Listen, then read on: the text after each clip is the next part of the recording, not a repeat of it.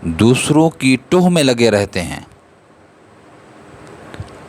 اس کی جاسوسی کرتے رہتے ہیں، اس کے عیب کو ڈھونڈتے ہیں۔ ولا تجسسوا، ٹوہ میں نہ لگے رہو، جاسوسی نہ کرو، اس کا تعاقب نہ کرو، اس کے پیچھے نہ جاؤ یہ دیکھنے کے لیے کہ کون سے گناہ میں مبتلا ہے اور ہم کتنی قصوروار ہیں، کتنی خطا کار ہیں، کتنی نافرمان ہیں، اس پہ نظر نہیں ہے۔ اپنے گریبانوں میں جھانکو، اپنے اندر جھانک بندہ، تو دوسرے کے پیچھے پڑا ہوا ہے، تجھے اپنی خبر نہیں ہے کہ تو کتنی نافرمانیاں کرتا ہے۔ اس سے اگر کوتاہی ہو جائے تو اس کے راز کو آؤٹ کرتے ہیں، افشا کرنے کی کوشش کرتے ہیں۔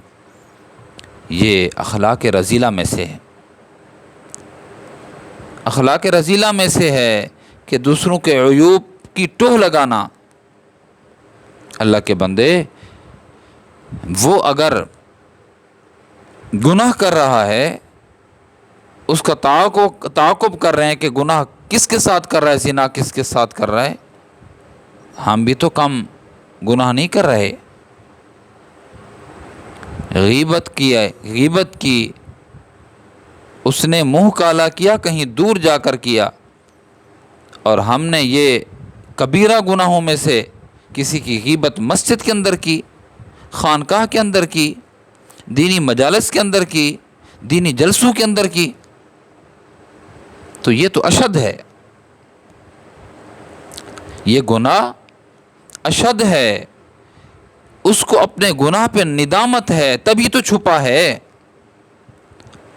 ہم تو زہر ظہور کر رہے ہیں، مسجد ہے، مدرسہ ہے، خانقاہ ہے، دینی مجالس ہیں، دینی جلسے ہیں، ہم اس میں اس کی عیب جوئی کر رہے ہیں۔ اپنے آپ پہ نظر ہونی چاہیے کہ میں کس گناہ میں مبتلا ہوں۔ اگر وہ نوافل نہیں پڑھتا، ہم سے تو فرائض کے اندر بھی کوتاہی ہو جاتی ہے، فرائض ہم نہیں پڑھتے، تو ہم نے اپنی جانب توجہ نہیں کی، دوسروں کی جانب توجہ کی ہے۔ کہتے ہیں نا، دوسرے کا تنکا نظر آتا ہے، اپنے اوپر شتیر ہے تو پتہ ہی نہیں ہے۔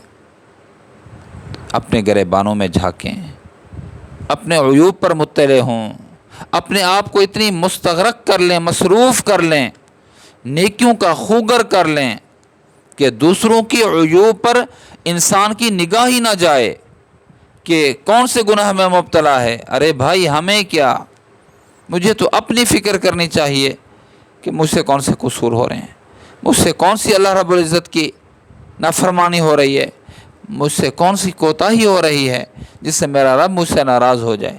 کہیں ایسا نہ ہو کہ میرے محبوب صلی اللہ علیہ وسلم کل قیامت کے دن مجھ سے منہ موڑ لیں، یہ میرا امتی نہیں ہے۔ ان کرداروں میں، ان اعمال میں، ان افعال میں مبتلا تھا۔ تکبر یہ سارا کچھ کرتا ہے، یہ تکبر کراتا ہے، میں تو افضل ہوں، انا خیر من، میں اس سے افضل ہوں، جس کی ٹوہ میں لگا ہوا ہوں اس کو تو میں ذلیل و خوار کر دوں گا، میں تو عزت والا ہوں، میں تو مرتبے والا ہوں۔ ارے مرتبہ تب ملے گا جب ہمارے اندر تقوی ہوگا، ہمارے اندر عاجزی ہوگی، ہمارے اندر جھکاؤ ہوگا، ہم جھک جائیں گے رب کریم، رب قدوس کے سامنے، رب کریم کے سامنے، پھر کام بنے گا۔ ان اکرمکم عند اللہ اتقاکم، تم میں سے پرہیزگار اللہ کے ہاں عزت والا ہے۔ ہم اچھی پرفیوم استعمال کر کے، اچھے کپڑے پہن کے دنیا کے سامنے، دنیا والوں کے سامنے تو بظاہر عزت والے ہو سکتے ہیں، اللہ کے ہاں اچھے کپڑے نہیں چلتے، اللہ کے ہاں اجلے کپڑے نہیں چلتے، دیر پا خوشبو پرفیوم نہیں چلتا اللہ کے ہاں، اجلا کردار چلتا ہے، اجلے اعمال چلتے ہیں، ریاکاری سے پاک اعمال چلتے ہیں۔